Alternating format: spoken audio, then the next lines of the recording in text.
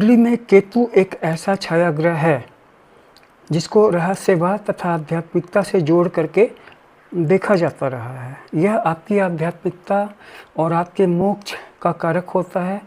आपके पिछले जन्मों के कर्म के बारे में ये बतलाता है, अच्छे कर्मों के बारे में। इसके ठीक विपरीत राहु आपके पिछले जन्म की अधूरी इच्छाओं का कारक है। कुंडली में जहाँ पर राहु बैठेगा उस हाउस से संबंधित विषयों में आपके अंदर में पिछले जन्म की लालसाएं अधूरी रह गई थी, और केतु जिस हाउस में बैठेगा उस हाउस से संबंधित चीज़ों में आपकी साधना पिछले जन्म में पराकाष्ठा पर पहुंच गई थी। राहु भोग है और केतु त्याग है, तो ये पिछले जन्म के कर्मों के बारे में बताता है, लेकिन अच्छे कर्मों के बारे में, और इसे आत्मज्ञान से जोड़ करके देखा जाता है।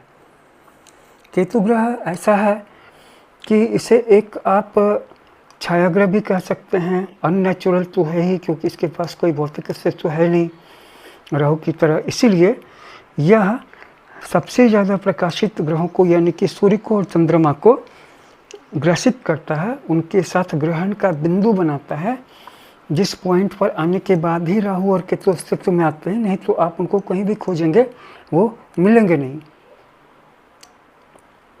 केतु ग्रह को कुंडली में समझना इसलिए आवश्यक है क्योंकि हमारे जीवन की उन घटनाओं को नियंत्रित करता है जो बाहर से समझ में नहीं आती, लेकिन भीतर से हमें बदल देती हैं।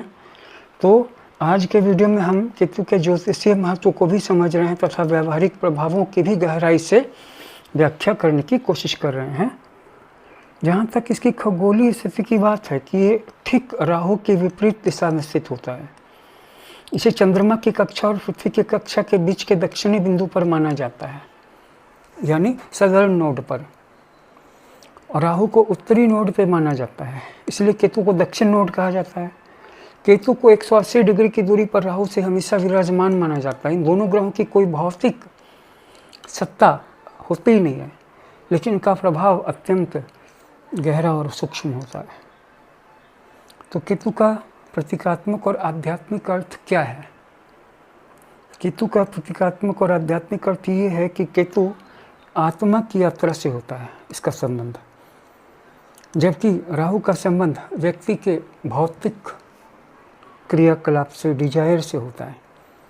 यह व्यक्ति को भौतिकता से ऊपर उठा करके आध्यात्मिक मार्ग की ओर प्रेरित करता है, जबकि राहु व्यक्ति को आध्यात्मिकता से मोड़ कर पहले अपनी भौतिक लालसाओं को पूरा करने की ओर प्रेरित करता है।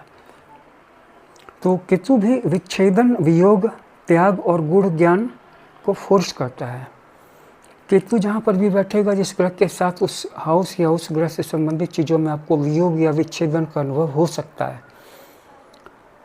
यह आपको अंदर से झकझोरता है ताकि आप उस हाउस या उस ग्रह की सच्चाई को जान सकें, ताकि आप उसके मोह से मुक्त हो सकें और आप अपने वास्तविक स्वरूप को पहचान सकें। क्योंकि जब तक हम पर करते रहेंगे तब तक स्व से दूर ही रहेंगे।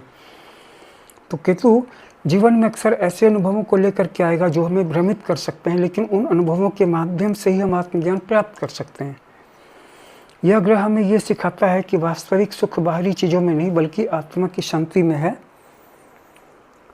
केतु को मेष और वृश्चिक राशि में उच्च तथा वृषभ और तुला में नीच का माना जाता है।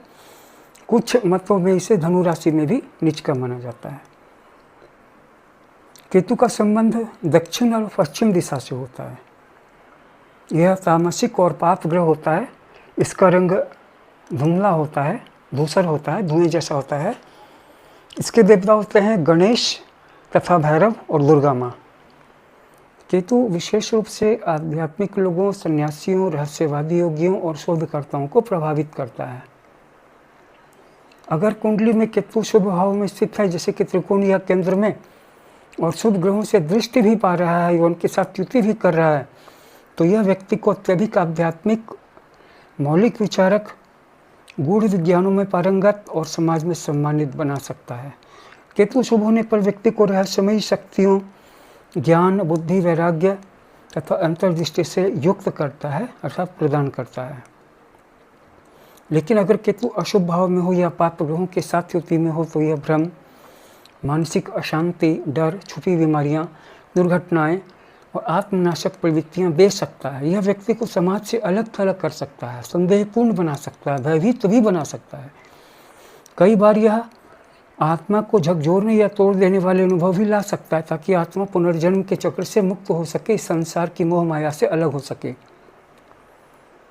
केतु की महादशा 7 वर्षों की होती है और यही अवधि जीवन की सबसे गूढ़ और परिवर्तनकारी अनुभवों से भरी होती है। इस समय व्यक्ति के जीवन में अनेक घटनाएं घटती हैं। कभी अचानक आध्यात्मिक जागृति होती है और कभी प्रियजनों से वियोग, तो कभी भौतिक जीवन में अरुचि हो जाती है। अगर केतु मजबूत है तो यह समय व्यक्ति को ब्रह्म ज्ञान, ध्यान, साधना और आत्मिक शक्ति की ओर ले जा सकता है। लेकिन अगर यह कमजोर या पीड़ित है तो भ्रम दे सकता है, बीमारियां दे सकता है और अकेलापन बढ़ जा सकता है। अब बात करें कि पूर्व जन्म से इसका क्या संबंध है।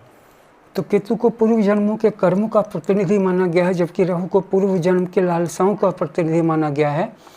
इसलिए केतु ये दर्शाता है कि व्यक्ति ने पिछले जन्म में किन चीज़ों का त्याग किया था और उसके सहारे उसने किस दिशा में आत्मिक प्रगति की थी, अर्थात स्पिरिचुअल ग्रोथ की थी। राहु जहाँ इस जन्म में अधूरी इच्छाओं का प्रतीक है, वहीं केतु उस क्षेत्र का प्रतिनिधित्व करता है जहाँ आत्मा पहले से ही अनुभवी है और अब मोक्ष की ओर बढ़ना चाहती है। इसलिए जब केतु प्रमुख भावों में होता है तो व्यक्ति को बार बार ऐसा लगता है कि उसने यह सब पहले भी अनुभव किया था।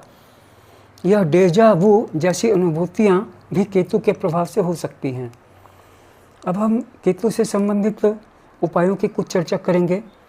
अगर आपको ऐसा लगता है कि आपकी कुंडली में केतु अशुभ फल दे रहा है तो आप भगवान गणेश की उपासना करें या संक्षिप्त केतु मंत्र का प्रत्येक दिन 108 बार जाप करें। ओम कैं केतवे नमः। शनिवार के दिन कुत्ते को रोटी या गुड़ खिलाएं तथा केतु को तिल अर्पित करें और साथ में धूप और दीप भी जलाएं। अपने पर्सनल लाइफ में तामसिक भोजन से बचे, तामसिक विचारों से भी परहेज करें तथा मौन व्रत का अभ्यास करें और ध्यान का अभ्यास करें, अर्थात मेडिटेशन की प्रैक्टिस। देखिए, आधुनिक मनोविज्ञान में आपके केतु को आपके अवचेतन मन का प्रतीक माना जाता है। यह आपके भीतर छिपे हुए डर को, पूर्व जन्म की मेमोरीज को और गहराई में दबे हुए अनुभवों को उजागर कर सकता है। केतु का असर तब अधिक होता है जब हम जीवन के अर्थ को लेकर प्रश्न करने लगते हैं कि मैं कौन हूँ, मुझे जीवन में क्या करना है, क्या मृत्यु के बाद भी जीवन है, इत्यादि।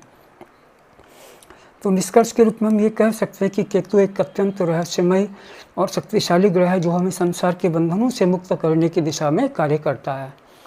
यह हमें हमारे भीतर झांकने तथा आत्मा की आवाज़ सुनने और वास्तविक ज्ञान प्रदान करने के लिए प्रेरित करता है। भले ही इसका प्रभाव कभी कभी कठोर और भ्रमकारी लगे, लेकिन इसका आखिरी उद्देश्य तो आत्मा की शुद्धि और मोक्ष ही होता है।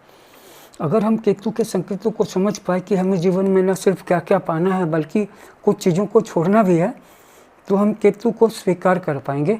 और जब हम केतु को स्वीकार कर पाएंगे तो उस ऊर्जा को बचा करके केतु हमारे जीवन को एक गहरा अर्थ प्रदान करेगा, विजयसी भी देगा, अर्थात हमें जीत दिलवाएगा और आध्यात्मिक स्तर पर भी हम जी सकेंगे, केवल भौतिक स्तर पर नहीं।